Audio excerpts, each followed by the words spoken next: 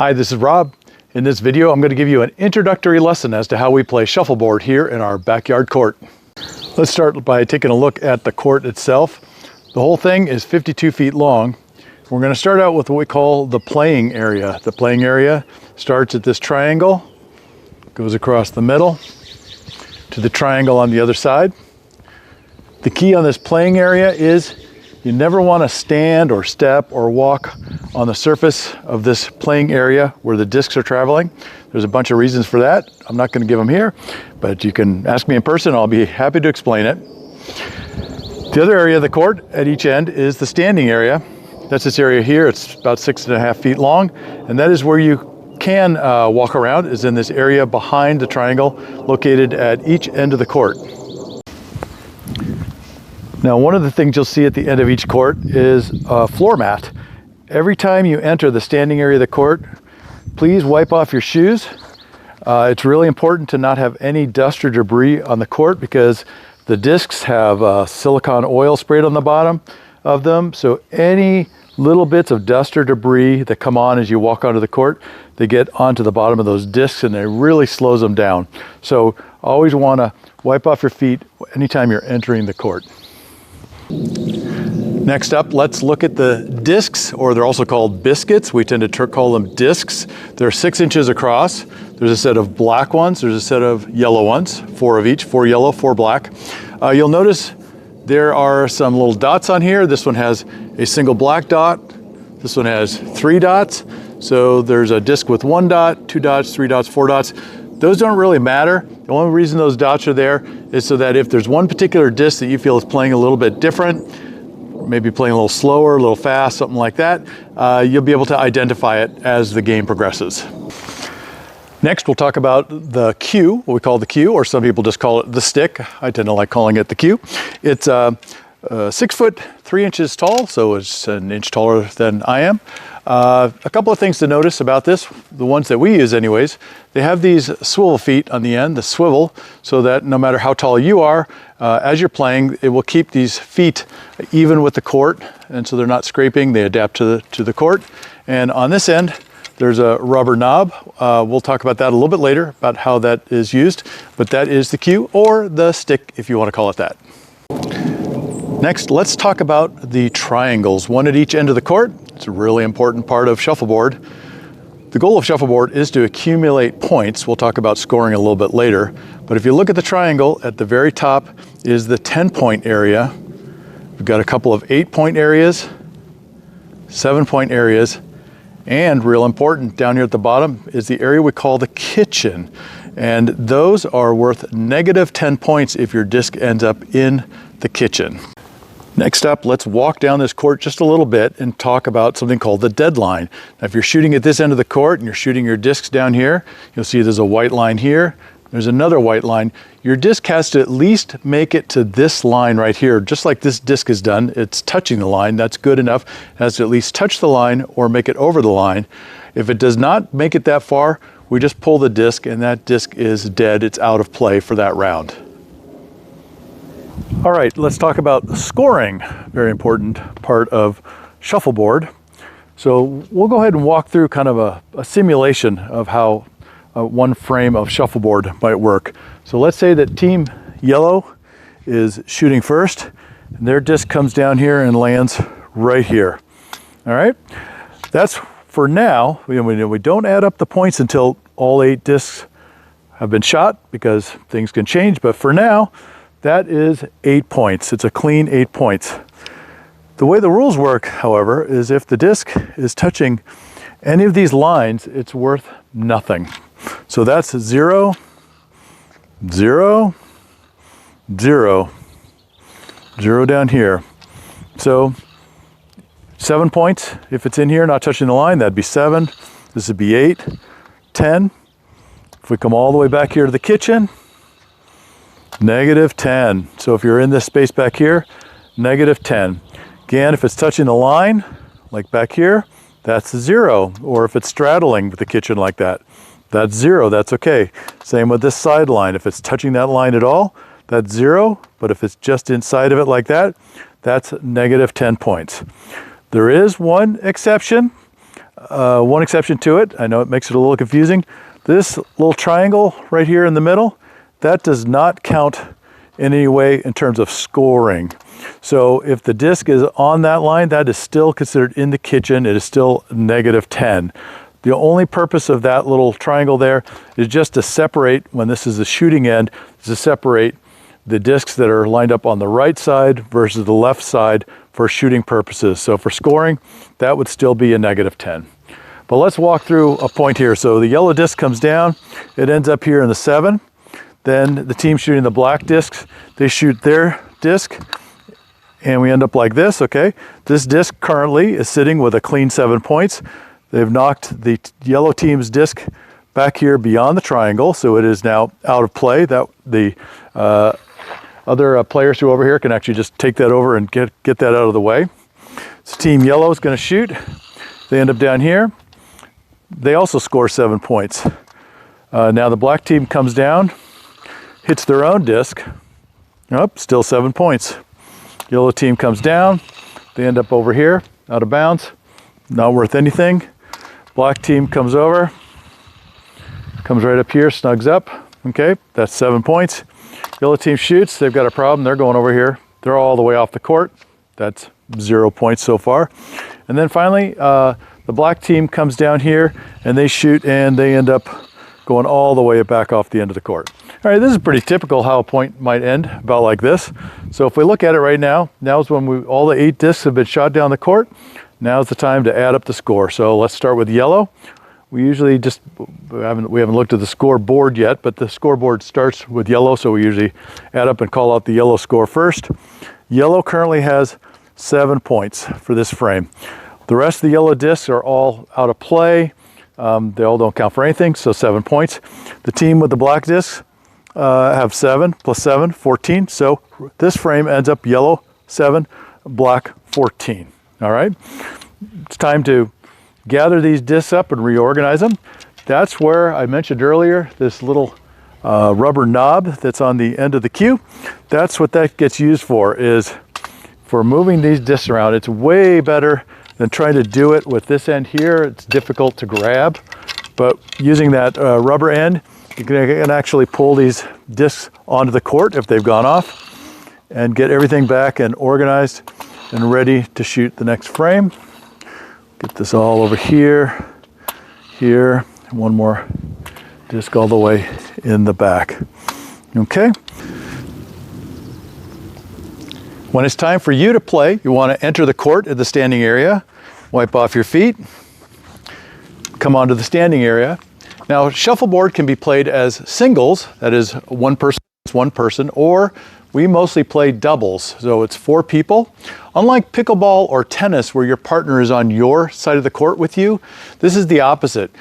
You're going to be on this end, your partner will be on the other end, and next to you will be one of your opponents, and the other opponent will be at the other end of the court. All right, let's take a look at how the discs are arranged on the court when we're ready to start play.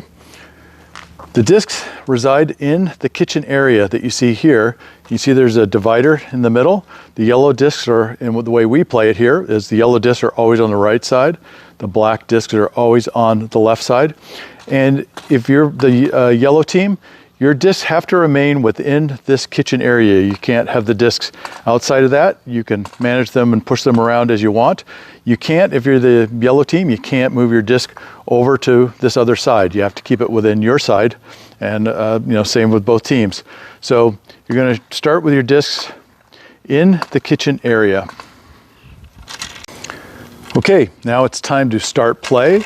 Play alternates back and forth between the 2 teams. So in this case, yellow's going to go first, going to shoot down the court. See where that disc ends up. All right, down there within the triangle. Then next up, the team shooting the black discs would shoot down the court. And play goes back and forth until all 8 discs are shot and are down at the other end of the court. All right, let's talk a little bit about the shooting motion. I'll demonstrate that for you as best I can. So you want to take the cue and hold it down here at the end by the rubber knob, and just place your fingers around it at the end, thumb on the top and a loose grip. You don't want to be gripping it really tight. It's not a sword fight. You want to just shoot it really with a loose grip like this, all right? So we'll bring up a disc. So there's a couple ways you can shoot it. They both start with having the cue right down at your side, right up against, with your hand right up against your hip. And there's a two-step approach or a single step approach. Two-step gives you a little more accuracy, but takes a little bit longer to learn, okay? I'll show you the two-step. It can start either with the right foot or the left foot, depends, just whatever your preference is. So it would go like this: 1, 2, shoot the disc. Or I can start with my left foot. 1, 2, shoot the disc. All right. One of the keys is the white line at the back of the triangle. Your foot cannot touch that line, so you need to make sure you're behind that. So again, a two-step approach. 1, 2. Okay, I'm well behind the line. All right. The other way you can shoot it is just with a single step, which is you just start here. Again, you can take either foot. 1. Or I could do it with my right foot. 1. Okay. The reason that the single step can be a drawback, although it's easier to do the first time you play, is that you're giving up a lot of ground. Okay. You've got 18 inches or a couple feet farther back that you're shooting from. So you're making the game a little more difficult as compared to with the two-step, where you're ending up somewhere up close to the line. But it's really your preference. You might start out with one, switch to the other, try them both, see what's ever comfortable for you. All right, there's another key that's really important when you're shooting the discs. You want to take the cue and get it snugged up against the disc, and you want to make sure there's continuous contact so that when you're shooting, the cue is in contact with the disc all the way until the point in which you release it. What you don't want to do is a couple of things. One, you don't want to start with the cue back here and kind of ram the disc. The disc ends up kind of jumping around. It's more difficult to control it if you just try and ram it. The other thing is you don't want to do is you don't want to start going forward and then kind of hesitate, come back, and then continue the motion. You want it to just have continuous contact. So snug the cue up to the disc, come forward, and release it, keeping that contact as long as you can between the cue and the disc.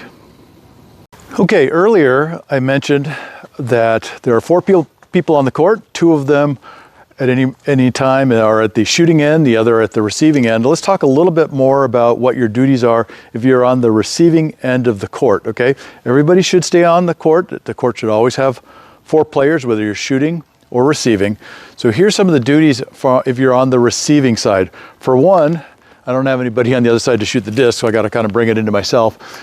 If a disc is coming in and travels beyond this line, so that's still in play, it still could mean something, but if it clears that line, that disc is out of play. And generally, if it's coming at you, you want to stop it. The reason is we just want to keep it from getting dirt and debris that's from the standing area. So if possible, stop that disc and just kind of set it off to the side. All right. The other duty of the receiving team is a disc comes down and it ends up like this.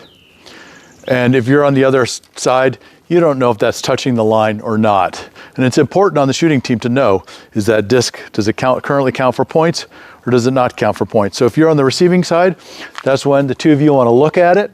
You want to try and make a call and say, yep, that's good, that's in scoring position. Let's just say though that one is so close to the line. If it's over just a little more, just can't tell. Both of you look at, I can't tell, or maybe one of you thinks it's good, one of you thinks it's on the line. If we can't tell, if it's that close, this is our own just house rules. We call the disc good. We call it as scoring if it's too difficult to be able to tell. And the other thing is for the receiving end is just giving advice to your teammate on the other end. You have a little different perspective. You're on the receiving end. You might say, if you put that disc over here on this side. You can bump them into the kitchen, whatever your suggestions might be. All right, I have one more quick tip. If you are on that receiving team, we talked about organizing the discs. One of the reasons that's so important is, let's say that you're down here, you're on the receiving end of the court, discs are coming towards you, and this yellow disc ends up coming down here, and I stop it. One of the things you want to do is to make sure that the discs that are in the standing area stay in front of you. The thing you don't want to do is have a disc hanging out back here, because if you step back and are to step on that disc, it's like stepping on ice. You will probably go down if you step on that. So make sure if you're on the receiving end that you just, again, you got to wait till the disc gets out of play, as in it's beyond the end of the triangle, and just organize it over here, keep them in front of you, no disc behind you. And I'll take this moment just to point out that while I don't have anybody shooting discs back and forth with me at the court, I do have some assistance on this video from the local crew of turkeys. All right, let's talk a little bit about the overall play and how the whole game works, and scoring, and how you determine who wins a round, who loses a round. Okay, we've seen how you take discs, shoot them down the court, every other, yellow, black, yellow, black, yellow, black, yellow, black, till all the discs are down.